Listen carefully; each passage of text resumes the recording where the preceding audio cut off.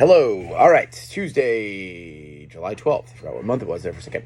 So we're going to start off with some overhead squat prep, which contrary to what these people will probably think, or a lot of people, involves more than just the shoulders, right? So we're going to do SOTS press, which is shoulders and hips and ankles. It's basically an overhead squat. We're removing the shoulders. Then some heel elevated squat to kind of prep the knees so we can actually move forward, because that's actually crucial. A lot of people get that completely upright torso, which is partially ankles, but partially kind of that knee hip function that needs to come forward to get that. So that's why we're doing that. And then sumo squats, because again, forward with the knees, but also out, clears us more room to squat more upright. And the more upright we are, the less shoulder range, ridiculous range we need there. Then we move on to the overhead squat, right, which will be on the 2 minutes. It's an increasing load for the first 2 sets. The last 3, because it's 5 sets, will be at the same.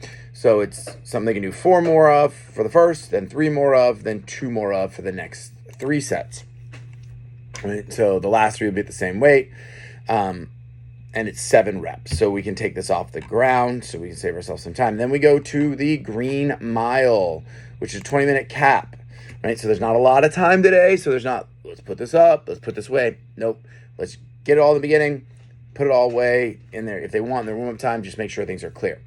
It's basically a descending ladder. So we start off an 800-meter run, come back in, 40 double unders, 30 kettlebell swings, 12 deadlifts, 600-meter run, 30-29. But now we go to power cleans instead of deadlifts. Last one is 420 dubs, 10 swings, 3 front squats instead of power cleans or deadlifts. So the number goes down, movement changes.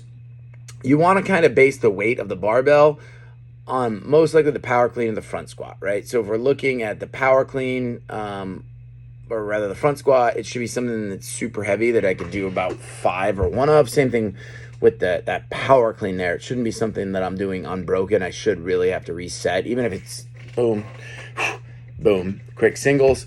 That's what we want to do. Double unders should be something I could reasonably do in 1 set. Maybe 2, but I mean, obviously you have technical faults, but if you're like, there's no way I'm doing 40 unbroken double unders, it's too much. So important thing here is that this is kind of one of those mixed things where it's like, we've got some low weight kind of cardio type stuff where we're pushing the pace on that. Then we run into something heavy, right? So make sure that they're kind of understanding that. So like the RPE is a little bit sketchy because we can either use the run as recovery, depending on how you feel, or you can push the pace. Either way, it's not going to sustain super high the entire time.